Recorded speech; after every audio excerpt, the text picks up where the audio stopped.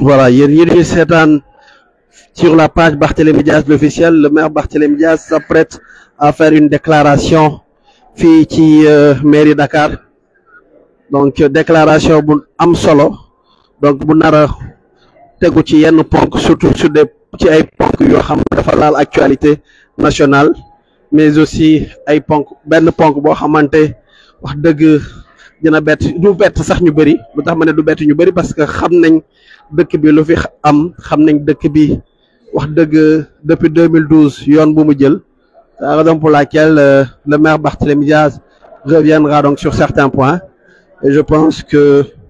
di ngeen ci am lu leen gën a leer fii ak bu ci kanam inchallah. Et vous qui le suivez donc sur la page Barthélémy Diaz l'officiel, le maire Barthélémy Diaz s'apprête à faire une importante déclaration dans laquelle il reviendra sur certains brûlants de l'actualité sénégalaise. Alors, donc, il est presque là. Il est en train de monter. Donc, il est en train de monter et comme je vous l'ai dit tantôt, nous allons démarrer le point de presse dans quelques minutes. Là, nous voyons les agents de sécurité du maire Barthélémy Diaz qui font les dernières vérifications. Restez connectés sur la page Barthélémy Diaz l'officiel. Donc, vous pourrez suivre l'intégralité de la déclaration sur la page Barthélémy Diaz l'officiel sur Facebook. Donc, déclaration bu nar am solo ndax nar na ci wax ay ponk yoo xamante yitteel na Sénégalais yi yitteel na wax dëgg ñu nekk bitim réew surtout les Sénégalais aussi donc de la diaspora nga xam ni fépp fu ñu munti nekk seen xel day dem ci Sénégal ak lu fi xew.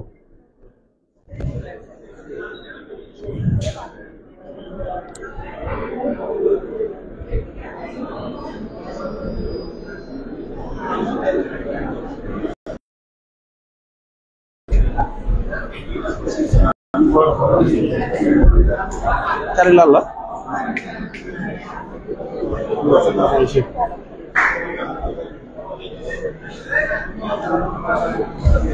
c'est pas bon ici, c'est pas bon, c'est bien.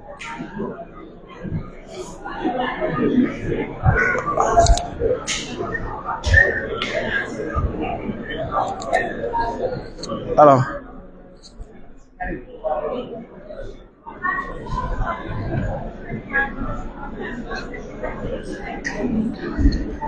c'est pas bon, ça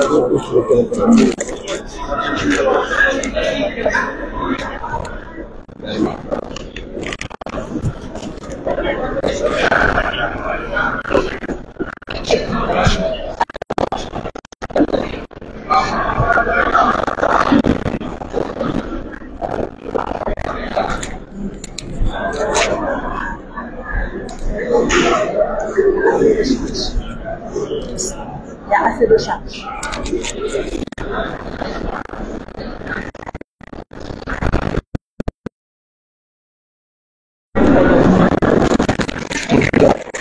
alors il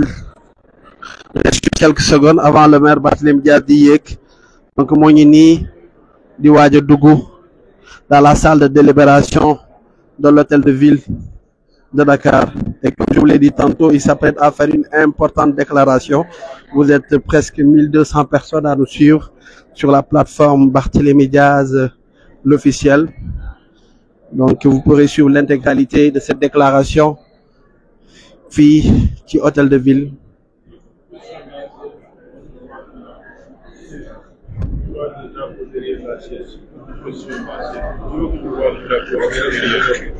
Voilà. Si la chaise se met à ça, c'est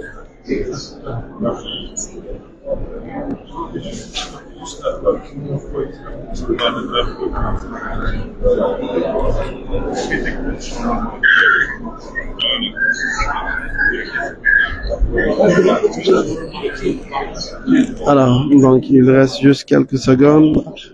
en ligne. Comme anglais bi nu mu koy waxee, stay online.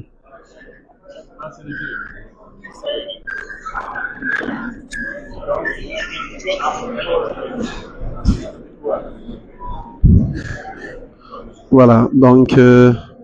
restez en ligne.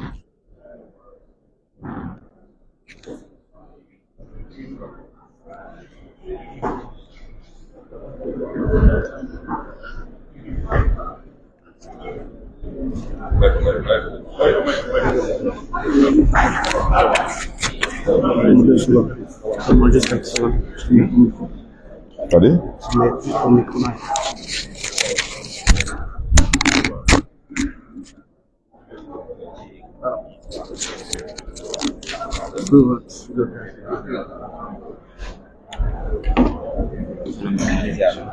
maa ngi dellu ziar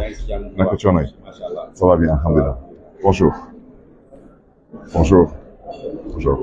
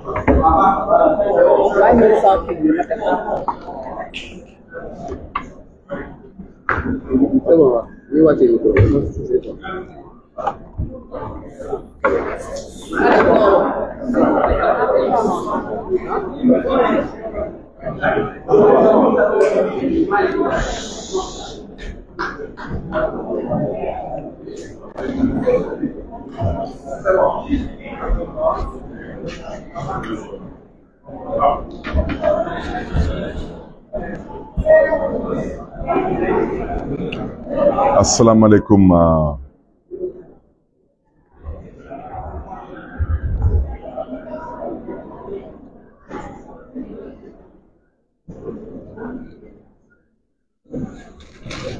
asalaamaaleykum mbokk yi ñu ngi gërëm tous les journalistes yu fi ñëw tey pour couvrir point de presse bi di nuyu mbokk yi nekk ci biir réew mi ak mbokk yi nekk bitim réew di sant yàlla may tey opportunité ñu mën a toog fi tey ñëw seq waxtaan bi ak askanu Sénégal mbokk yi nag xam naa point de presse bi dañ koy am ci ñaari pàcc naa commencé nag ci wolof ensuite ma daaneel tamit ci tubaab surtout pour ñu fi nekkal seen yenn dëkk yi je parle de ces missions diplomatiques parce que fu dëkk bi tollu tey am na solo ñu mën a communiquer ak askan wi mbokk yi xam naa fu may doole ci communication bi mooy ngeen may ma d'abord ma ñaawlu bu baax a baax jaay doole bu ñuy jaay kii di suñu mbokk di suñu doomu ndey di Pape Alé Niang parce que jaay doole boobu ginnaaw jëmmu Pape Alé Niang daanaka entrave à la liberté de la presse la et tamit entrave à la liberté d'expression la parce que yéen ñëpp gis ngeen la gravité des faits liés à ce que j'appelle le complot contre la démocratie parce que tey suñu demee tey ci démocratie ba ay kàngam yu bokk ci gendarmerie ñuy def lu ngeen xam ne du naka su noonu ak ay kàngam yu bokk ci magistrature bi ñu nekk tamit di def ay complot di waxloo nit ñi lu ñu waxut di yokk ci PV yi lu mën a ñàkk c'est que malheureusement nekkatuñu en république lu tax ma wax lu mel noonu parce que tey la république sénégalaise est en danger mbokk yi juróom-ñeenti weer ngi nii la ma askanu Dakar tànn ma nekk seen njiit fii ci mairie de Dakar ma toogal leen fii ci mairie de Dakar yoon may ma ay sañ-sañ yooyu ñu fi toogal état central particulièrement ministre de l'intérieur ñu ngi def seen kéem kattan ba lii di sama mission ma bañ ko réussir bu ci njëkk jël naa fi ay décision pour fal fii lu ñuy woowee directeur de cabinet ak lu ñuy woowee chef de cabinet lu yoon wax mooy maire saa bu jëlee décision kuy toggal état mooy en l'occurrence préfet moom moo koy approuver pour que décision boobu mën a am valeur juridique ak valeur administrative juróom-ñeenti weer passé na ba tey kii di préfet de Dakar ba tey nangul approuver décision bu ma jël pour nommer kii di suma directeur de cabinet et pourtant yàlla xam ni que kooku fonctionnaire la woon parce que moom moo nekkoon directeur hôpital régional bu Saint-Louis donc kooku il la hiérarchie A c'est un fonctionnaire et il refuse d'approuver sa décision et bien sûr lànk bañ ne du am salaire loolu tamit c'est valable pour mon chef de cabinet et c'est aussi valable pour la plupart des membres de mon cabinet en commençant par ñu ma fa recruter pour ñooñu yor suma kaaraange préfet de Dakar comme moom ma fa doon taalibe au ministre de l'intérieur nee na man maire de Dakar awma droit am kaaraange mbokk yi hôtel de ville bi nga ñëw tey pour couvrir suñu point de presse amul benn policier bu fi nekk parce que dinaa leen expliquer lu may wax lii yépp lu tax mu am solo parce que ñu ko seqal ñooñu duñu ay démocrate ñu ko seqal ay bandi lañu ay woyu lañu te dafa am lu ñuy yoonal te lu ñuy yoonal ma bëggoon ñooñu ñu xam bu baax que xam naa ci lu ñu nekk te ma bëggoon tamit dalal seen xel su ci yàlla àndee incha allah lu ñu nàmba ci man du mës a am parce que ñàkkuñu jom ñàkkuñu fulla ñàkkuñu fayda man ma nekk maire de Dakar préfet de Dakar taxaw ne ma man en tant que maire de Dakar awma droit am sécurité hôtel de ville bi amuñu droit am fii ne serait-ce même qu'un seul policier wante ci buntu hôtel de ville bi su ngeen génnee léegi nii di ngeen fa gis ay auto police ak ay policiers yu doy yu ci nekk ñooñu nag aar maire bi taxu leen jóg aar lii di mairie bi taxu leen jóg wante say bu ñu leen santé dañu dal ci kaw maire bi wala dañu dal ci kaw njabootu maire bi kooku moom amaana moom daanaka moom dañ ciy sawar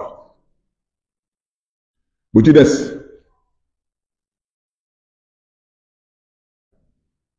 parce que tout de même ñun fekk nañ fi Mamadou Diop mu nekkoon maire de Dakar fekk nañ fi Pape Diop nekkoon fi maire de Dakar xam nañ lan mooy maire de Dakar xam nañ lan mooy yenn droit yu maire de Dakar di am loolu yëpp ñoom dañ jàpp ni que ñun amuñu droit am loolu ba ci sax lu ñuy woowee flèche mooy daanaka maire de Dakar nga sooy génn di nga am benn motard bu lay escorter loolu ñoom jàpp nañu que ñoom amuñu pour jox ñu ko en tant que droit man en tant que maire de Dakar fu ma dëkk état bi lu mu jàpp mooy awma fa droit am sécurité lu tax may wax loolu mbokk yi yéen ñëpp gis ngeen lu fi jot a xew semaine dernière ci sécurité wu kii di Ousmane Sonko di opposant di maire de Ziguinchor lu tax may insister ci loolu parce que laata ñu egg ci loolu Ousmane Sonko bëggoon nañ ko fi tuumaal ci ay mbiru force spéciale ñuy wax ci waxu force spéciale yi mu am ñu fi taxaw jàpp ni que loolu ay waxu daanu saret la effectivement ay waxu daanu saret la wante ñoom dañuy yoonal dafa am lu ñu namm te lu ñu namm ñun dañu fas yéene wu toog di leen di seetaan ñuy dérouler tranquillement parce que nag lu ëpp tuuru dama ne ci les grandes démocraties ci dëkk yu respecté seen bopp yi dëkk yooyu même soo nekkee opposant le minimum de droit mooy particulièrement le droit à la liberté de vaquer à ses occupations mooy di mën a dem di dikk dañ koy respecté le droit nga am sécurité parce que homme public nga dañ koy respecté fii nag Sénégal dañ jàpp ni que képp kuy opposant suñ la mënulee tëj kaso dañu wut yeneen pexe wante da nga bañ a bokk te force spéciale yooyu lu tax ma koy mentionné parce que ñit ñàkk na ci bakkanam mooy dem si yàlla François Mancabou te tey mel ni François Mancabou mel ni nekkuloon doomu réew mi ñàkk na bakkanam ay mbokkam ñoo ñàkk ñoom seen yoon newu ci mois de mars dernier boom nañ fii ay sénégalais entre-temps manifestation bu ñu munti am fii Sénégal dañ fii boom ay doomu réew mi te du am benn enquête maintenant dem nañ sax ba su amee manifestation ñoom seen objectif mooy yenn leaders yi bañ a génn seen kër yi ñoom foofu lu ñu toll ça veut dire que ñoom maintenant le kidnapping est devenu une pratique à la limite réglementée dans leur entendement et leur mode de gouvernance mbokk yi semaine dernière ministre de l'intérieur génne na benn communiqué boobu ba ma ko liiree ma xam ne ni man lay waxal ma bëgg nag wax ci leer parce que bu muy génn communiqué bi fekk na jàpp na garde corps Ousmane Sonko yi yëpp téye leen ci lan ci jaay leen doole te tooñ baaxul mënoo nekk di dox sa dox yor ay nit ñu yor sa kaaraange ay samba booy jógee fële rax ci sa convoi di la xas ak di la saaga ak di la provoquer te amul kenn ku nar a soi-disant réagir réaction su amee dañu gis ku tooñ ñu ne dañuy jàpp ñu fayuy téye leen jëm leen nëbb jant bi parce que seen objectif mooy une fois de plus lu ñuy yoonal ci troisième mandat bi kenn bañ leen tere ñu mën a atteindre objectif bi ministre de l'intérieur ci gàttal ci communiqué am nee na moom dafa constaté que am na ay nit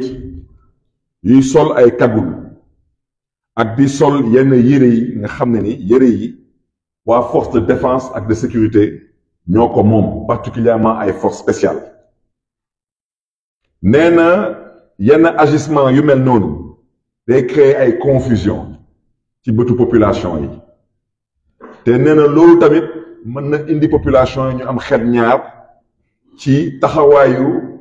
nit ñu mel noonu te nee na nit ñu mel noonu mooy ay nit ñuy gunge ay hommes politiques ministre de l'Intérieur yokk rek nekk yu mel noonu daanaka ay nit ñuy woowee ñun ay garde du corps yi sol ay yére yu ñuroo ay yére yu militaires yi di sol wala gendarme yi di sol te ñuy utiliser ay matériel de protection moo xam ay gilet pare-balles wala ay masque à gaz nee na ñooñu amatuñu droit sol yére yu mel noonu te amatuñu droit am ay matériel yu mel noonu parce que nee na loolu benn réglementation spécifique moo koy encadré nee na par conséquent képp ku nekk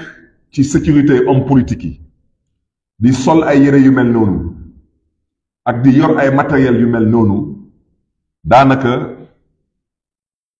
lu la dal na nga jàpp ne yaa tooñ sa bopp parce que yoon dina dal sa kaw mbokk yi ma bëgg a wax ci leer ministre de l'Intérieur day fooye xelam parce que nag ñun fi lañ juddoo fi lañ yaroo fi lañu màggee fi lañu dëkk Sénégal heure bu may wax nii ñaari kilifa rek laa wax ñaari kilifa rek ñooy yëngatu ci mbiru politique te yor ay nit yu yor seen kaarange di leen di gunge chaque jour 24 heures sur 24 mooy ku ñuy woowee Ousmane Sonko ak man mii di Barthélémy Dias amu fi keneen ku yor loolu du ñoom ñu nekk ci nguur gi du ñeneen ñu nekk ci opposition bi loolu nag lu ko waral ñëpp xam nañ ko man bañ may song suma mairie ñëpp ci tegoon seen bët lu tax sànq ma wax leen ci waxu mairie bi ma ne leen mairie bi mooy mairie de la capitale du Sénégal benn policier sax nekku fi benn policier te pourtant fii commissariat central la ngi fi commissariat du port la ngi fi commissariat plateau mi ngi fi commissariat Rebeuss ngi fi lu fi am ci ay commissariat ak lu fi am ci ay policier kenn mënu ko fi lim wante ñoom ci seen xalaat bu gàtt mairie de Dakar même un seul policier ne serait-ce que pour la dissuasion daanaka ñoom ci seen xalaat bu gàtt mën na ñàkk yéen ñëpp gis ngeen fan ngeen jaar ba egsi fi ci salle bi daanaka fii nit bu rep mën na dem jël yi gànnaay dugg fii ci mairie bi dox nànk romb nànk ñëw ci bureau maire ubbi buntu maire ubbi buntu bureau maire jàkkaarloo ak maire fetel maire loolu à la limite le ministre de l'Intérieur ne loolu moom même su amee sax amaana yoon la parce que wax naa leen juróom-ñeenti weer ngi nii maa ngi toog fi ci mairie bi préfet ba tey moom nee na man awma droit am sécurité lu tax may insister ci loolu yëpp parce que wax ji mooy lan mooy lu ñu namoon ci nëbba jant bi ñu yor kaaraange Ousmane Sonko ñoom ñoo xam luñ ci nam parce que ñun xam nañ luñ ci nam wante su ci yàlla àndee incha allah duñ ci am ndam parce que troisième mandat moom dañ koy tere Sénégal te loolu du mbiru ay garde corps yoo koy lijjanti loolu askan bi moo koy lijjanti donc tàppale yu ñu nekk yëpp amul benn solo man suma baat ci kaw bañ may song ci mairie Mermoz Sacré-Cœur ci même contexte bi la woon ay waxu troisième mandat nguur bu fi nekkoon jamono boobu doon ay Samba Boy yebal leen ci mairie Mermoz Sacré-Cœur joxoon leen ay gànnaay yëpp leen ci ay oto leen dem leen dal ci maire ci mairie moo tax ma bëgg a wax ci leer ministre de l'Intérieur day fooye xelam parce que moom su jàppee ni moom ministre de l'Intérieur moom mën na am kaaraange moom te mu may dégg amul kenn ku fi xalaat que ñëpp mën na jël tey gànnaay dox nànk dugg ministère de l'Intérieur dox nànk ci couloir yi jël ascenseur yéeg ci bureau ministre de l'Intérieur ubbi buntu bi jàkkaarloo ak ministre de l'Intérieur dóor ko ba du fetal moom su jàppee ni loolu mënu ko dal te mu jàpp ni loolu mën a dal maire de Dakar day nax boppam lu tax may insister ci loolu parce que ñu ngi viser suma sécurité parce que pour ñoom lijjanti nañu lii di sécurité Ousmane Sonko dañuy nax seen bopp parce que nag Ousmane Sonko première sécurité mooy d'abord yàlla ensuite askanu Sénégal topp si te kooku moom gisuguma ministre de l'intérieur fan lay gisee pexe ba lijjanti loolu mais insister ci loolu parce que démb dañu convoqué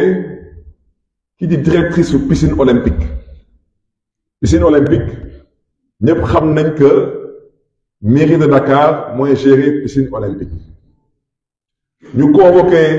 ndaw soosu ne que yow yaay directrice piscine olympique mu ne leen waaw man la ñu ne que yow ci piscine olympique dafa am ay nit yu fa nekk di fa pratiquer ay arts martiaux ñu ne kooku ñooñu est-ce que da ngeen am contrat ak ñoom est-ce que da ngeen am convention bu leen di may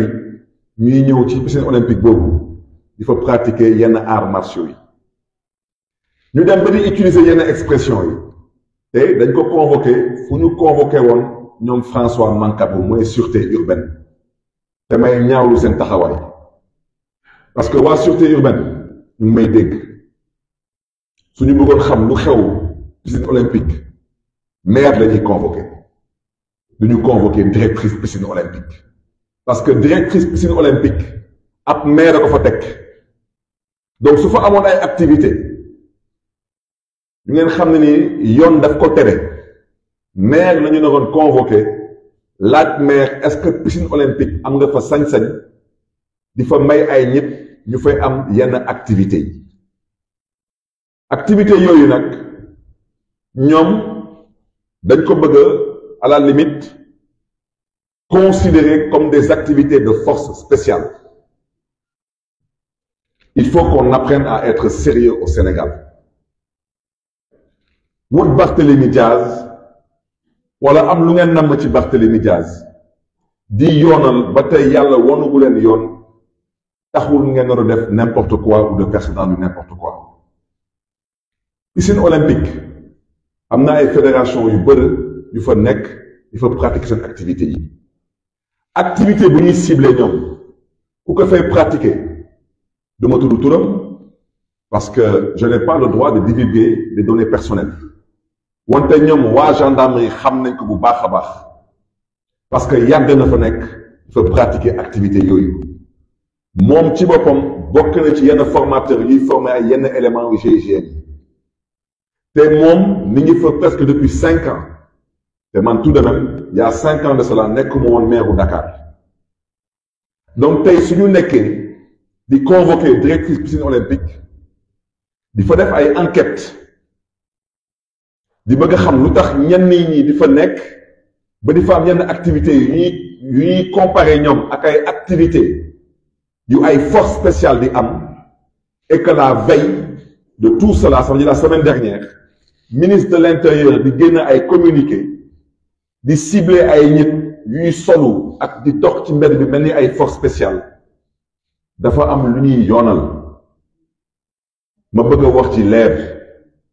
man Barthélémy Diaz jegewuma ay force spéciale xamuma ay force spéciale laaluma ci ay force spéciale ñu yor nag suma kaaraange ma bëgg a wax ci leer ñooñu suñuy xëy di liggéey duñu sol ay ñetti abdu parce que demuñu julli ji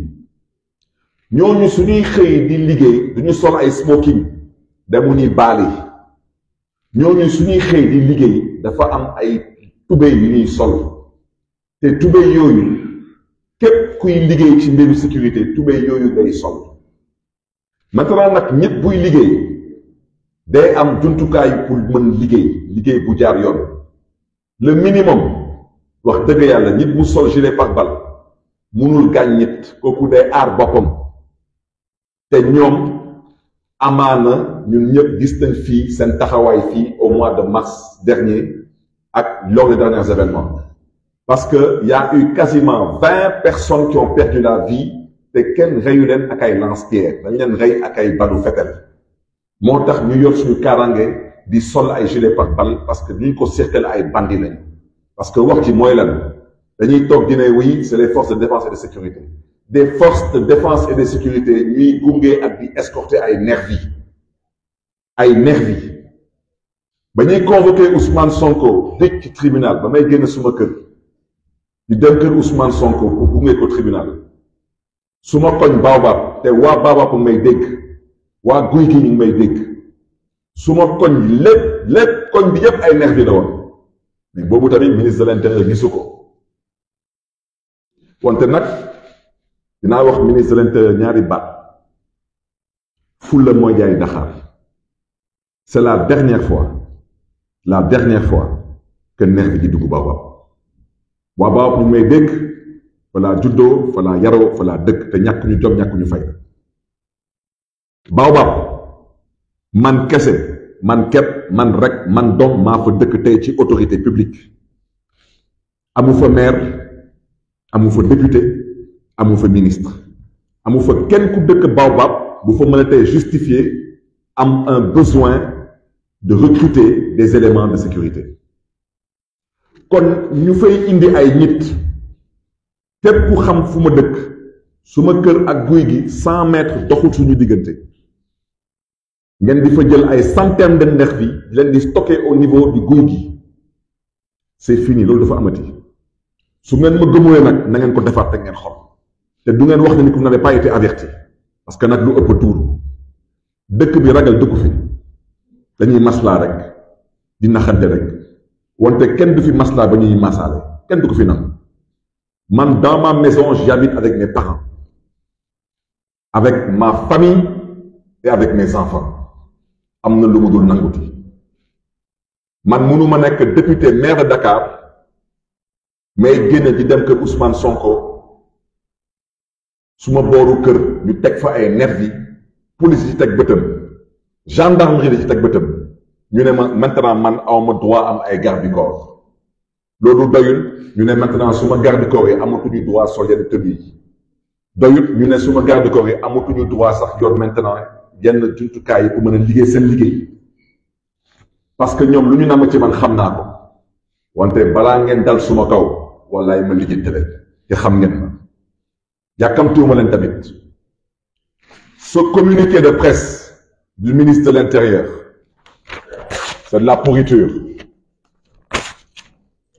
ce communiqué de presse il est illégal Antoine ñàkk jom yow lay waxal ton communiqué de presse il est illégal comme tu n'es pas capable de pouvoir protéger le maire de Dakar que je suis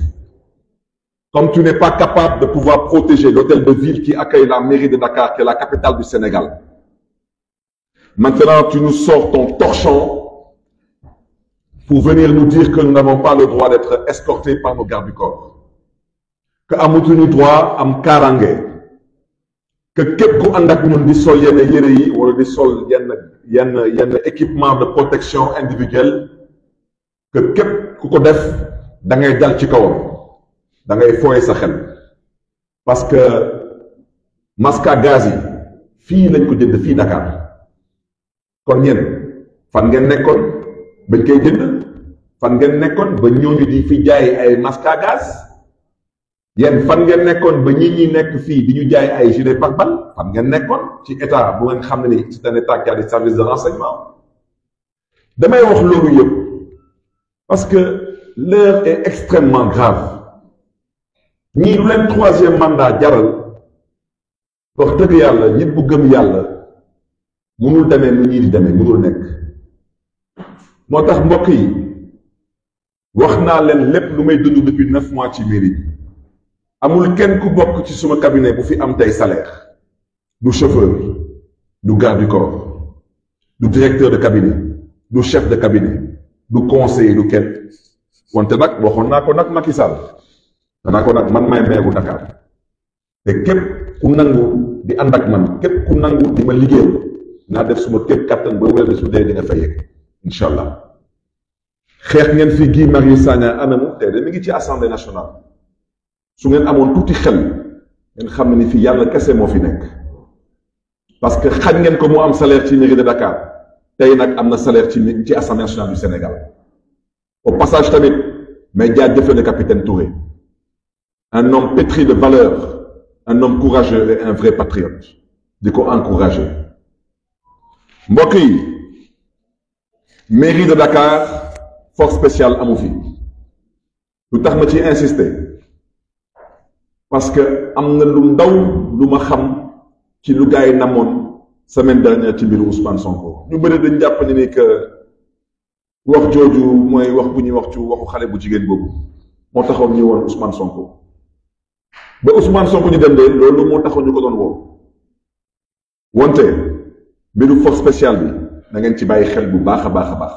wala mën a yem ci wax ci maintenant nag man wax naa ko waxaat ko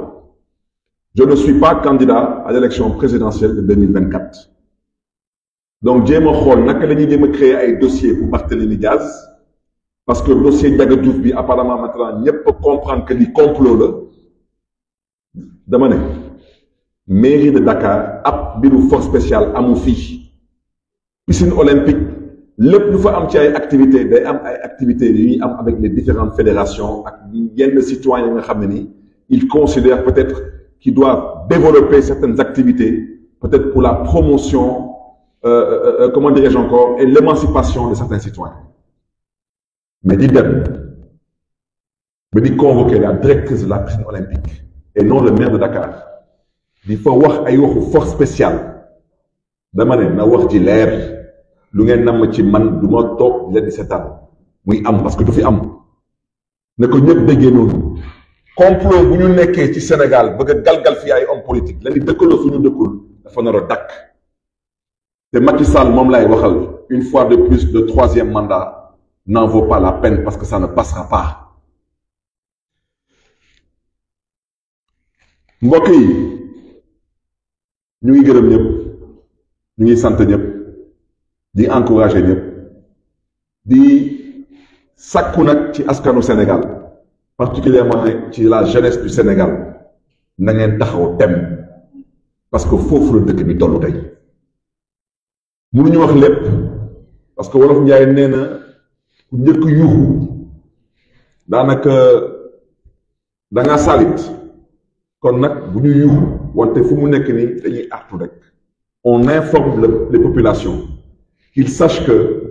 l'heure de la mobilisation a sonné parce que vouloir liquider képp ku fi am yéene ci ëllëgu Sénégal ñu bëgg la dëkkaloo foo dëkkul bëgg la sosal ensuite jéem a dem wuti une justice qui en partie est totalement corrompue loolu mooy dëgg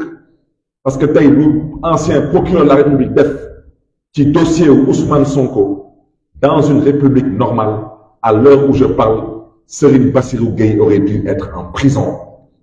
loolu mooy dëgg parce que mënoo jël tey PV di ko falsifier ab daanaka ci gàttal kilifa lu mel ni magistrat du fen parce que nga dem bind ci PV lu amut loolu su nekkulee dëgg fen la te dans une république normale c'est un parjure Serigne Bassirou Gueye aurait dû être en prison kon Pape Alé Niang bi ñu ngi koy jaajëfee ñu ngi koy féliciter ñu ngi koy encourager et au besoin maa ngi lancer un appel à toutes les forces particulièrement les forces politiques il faut sonner la mobilisation pour exiger la libération de Pape Alé Niang et la libération de tous les otages politiques du régime de Macky Sall maa ngi leen di gërëm di leen di sant ma tënk loolu nag rapidement en français.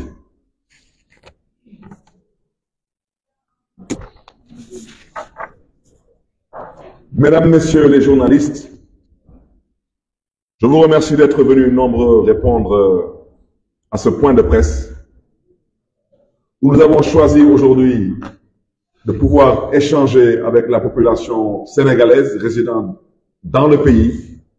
mais aussi celle se trouvant dans la diaspora. Surtout pour pouvoir échanger avec vous sur l'actualité. Une actualité, bien sûr, qui aujourd'hui est faite de situations assez alarmantes et assez gravissimes. À l'entame de mon propos, je voudrais d'abord saluer, encourager et féliciter M. Pape Alé Niang, journaliste, investigateur, chroniqueur. Parce que ce que Pape Alé Niang a eu à faire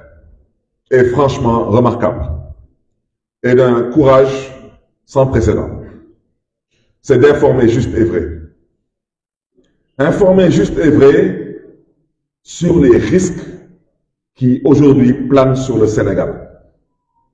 Un pays dans lequel, pour liquider un homme politique, pour liquider un adversaire politique,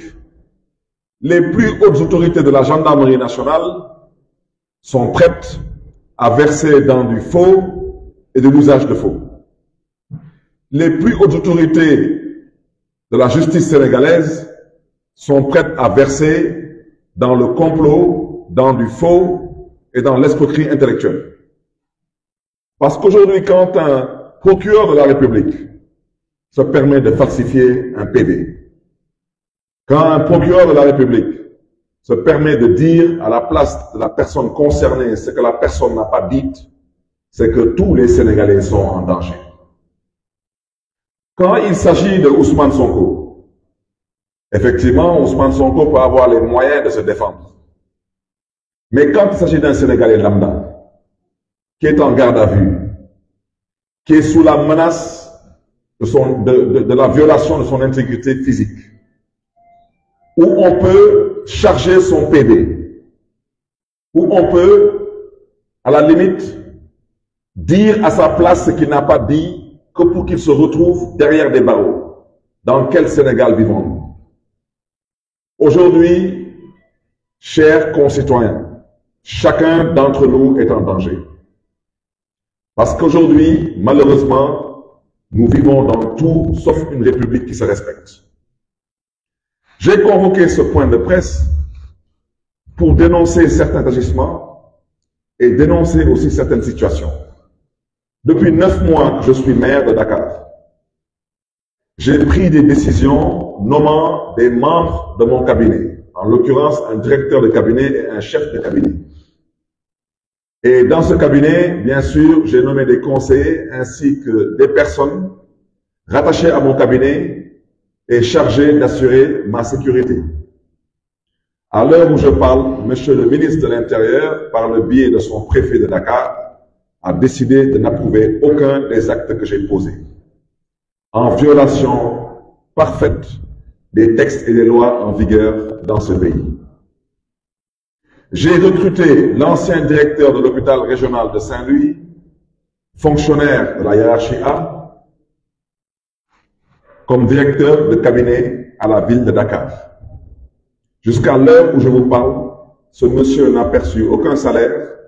et ce monsieur, sa décision de nomination n'a pas été approuvée par le préfet.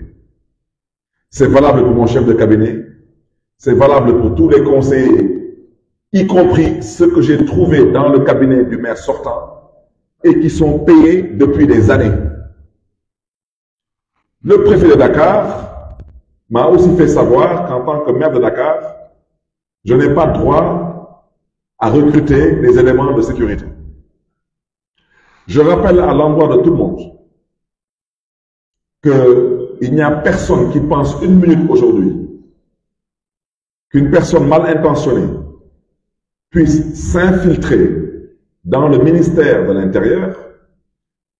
déambuler tranquillement dans les couloirs, prendre tranquillement l'ascenseur, monter au niveau du secrétariat du ministre de l'Intérieur, ouvrir la porte de monsieur le ministre de l'Intérieur et buter le ministre de l'Intérieur. Mais le ministre de l'Intérieur, lui, il pense que quelqu'un, bien sûr, mal intentionné, devrait pouvoir avoir le droit de venir à la mairie de Dakar, rentrer tranquillement, dépasser les vigiles, arriver au niveau du secrétariat du maire de Dakar, ouvrir la porte du bureau du maire de Dakar et buter le maire de Dakar, parce que cela ne me dérangerait nullement. La raison pour laquelle j'insiste sur tout cela, parce que tous les agissements du pouvoir actuel ont une finalité. Et cette finalité, j'aimerais leur dire que par la grâce de Dieu, cet objectif ne sera pas atteint. Le ministre de l'Intérieur nous a sorti un torchon de communiqué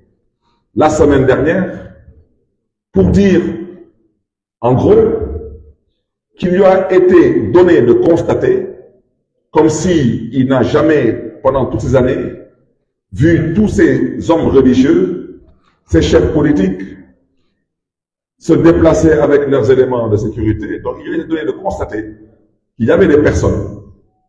soi-disant encagoulées, et des personnes qui portent par devers eux du matériel réservé à la protection individuelle, accompagnés des hommes politiques, avec des tenues qui ressemblent à des tenues portées par des forces de défense et de sécurité, en l'occurrence l'armée et la gendarmerie, et plus particulièrement des tenues portées par des forces spéciales. Je tiens à dénoncer avec la dernière énergie cette fuite en avant, pour ne pas dire cette hypocrisie d'État,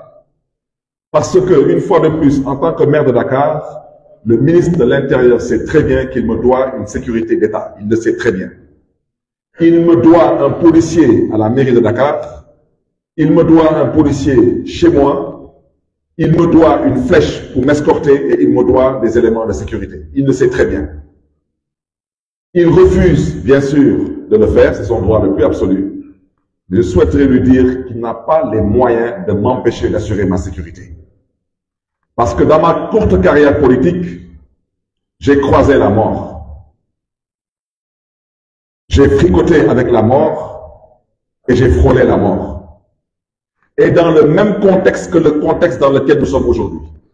Un contexte d'opposition à une troisième candidature qui est totalement interdite par la Constitution du Sénégal. Je tiens à dire cela parce que ce torchon de communiqué n'est pas fortuit. Parce que l'arrestation et la mise à l'écart des gardes du corps de Ousmane Sonko a été très bien planifiée. Je dis bien très bien planifiée. Ça veut dire qu'on est allé chercher des gens leur demandant de provoquer M. Ousmane Sonko, sachant très bien que les gens allaient réagir. Et cerise sous le gâteau, c'était l'excuse pour pouvoir maintenant priver M. Ousmane Sonko de sa sécurité rapprochée. Quand le ministre de l'Intérieur sort ce communiqué, le ministre de l'Intérieur sait très bien qu'il n'y a que 2 hommes politiques au Sénégal qui disposent de services de sécurité du 1er janvier au 31 janvier, au 31 décembre et 24 heures sur 24, c'est M. Ousmane Sonko et moi-même. Il n'y a pas un autre homme politique dans ce pays escorté en permanence. Donc, une fois que le cas de Ousmane Sonko est réglé, il reste maintenant le cas de Barthélémy Diaz. Alors, le cas de Barthélémy Diaz, je vous inviterai à bien réfléchir. Parce que vous êtes en train de viser que les gens que vous voyez de visu. Mais vous n'avez absolument rien compris. Parce que ma sécurité, je l'organise moi-même. Et je m'en charge moi-même. Ces gens ne peuvent pas porter des smokings parce qu'ils ne partent pas dans un bal. Ceux qui m'accompagnent ne porteront pas des boubous parce qu'ils ne partent pas à la mosquée. Ceux qui m'escortent porteront les habits qui sont des habits portés par des hommes de sécurité. Quant aux équipements que vous appelez des équipements de protection individuelle, de quoi je me mêle? Que les gardes du corps portent des gilets pare-balles. Mais parce que vous êtes une bande d'assassins. C'est de ça qu'il s'agit. Au mois de mars, vous avez buté 14 Sénégalais. Il n'y a eu aucune enquête. Les derniers événements qui ont eu lieu ici dans les rues de Dakar particulièrement, combien de Sénégalais ont perdu la vie? Aucun Sénégalais n'a été tué par un lance-pierre. Ils ont tous été tués par arme à feu. Et il n'y a aucune enquête. Comme vous êtes une bande d'assassins, c'est la raison pour laquelle nous nous protégeons en portant des gilets pare-balles. Mais un gilet pare-balles ne peut pas constituer une menace, ni pour les forces de sécurité, ni pour les citoyens lambda. Mes éléments de sécurité portent des masques à gaz. Mais parce que les masques à gaz sont portés pour pouvoir faire convenablement leur travail. Des masques à gaz ne peuvent pas encore être une fois de plus une menace pour les forces de sécurité. La vérité, c'est qu'on veut aujourd'hui priver tous les hommes politiques de premier plan de leurs éléments de sécurité. Mais à quelle fin? C'est ça le problème, c'est à quelle fin? Pourquoi Ousmane Sonko ne doit pas avoir des gardes du corps? Pourquoi moi, Barthélémy Diaz, je ne dois pas avoir des gardes du corps?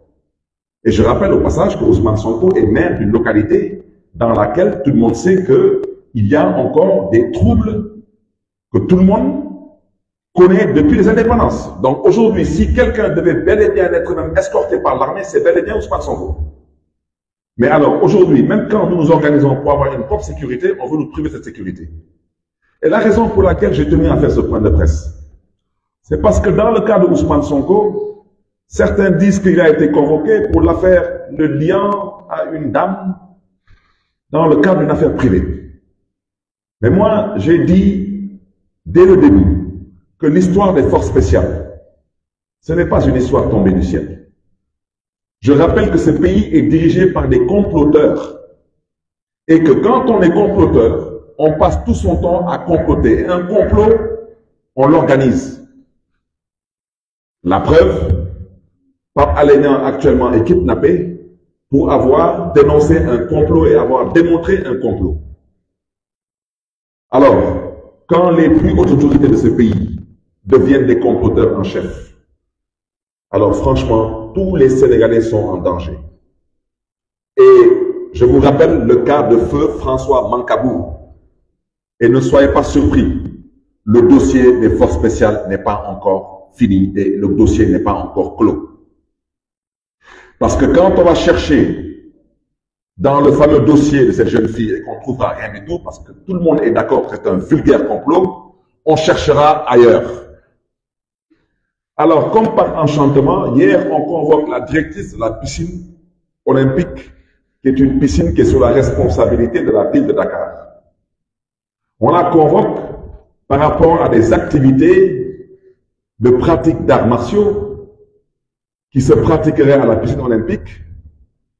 Et comme par enchantement, on convoque des forces spéciales. Je voudrais dire qu'à la mairie de Dakar, il n'y a pas de force spéciale.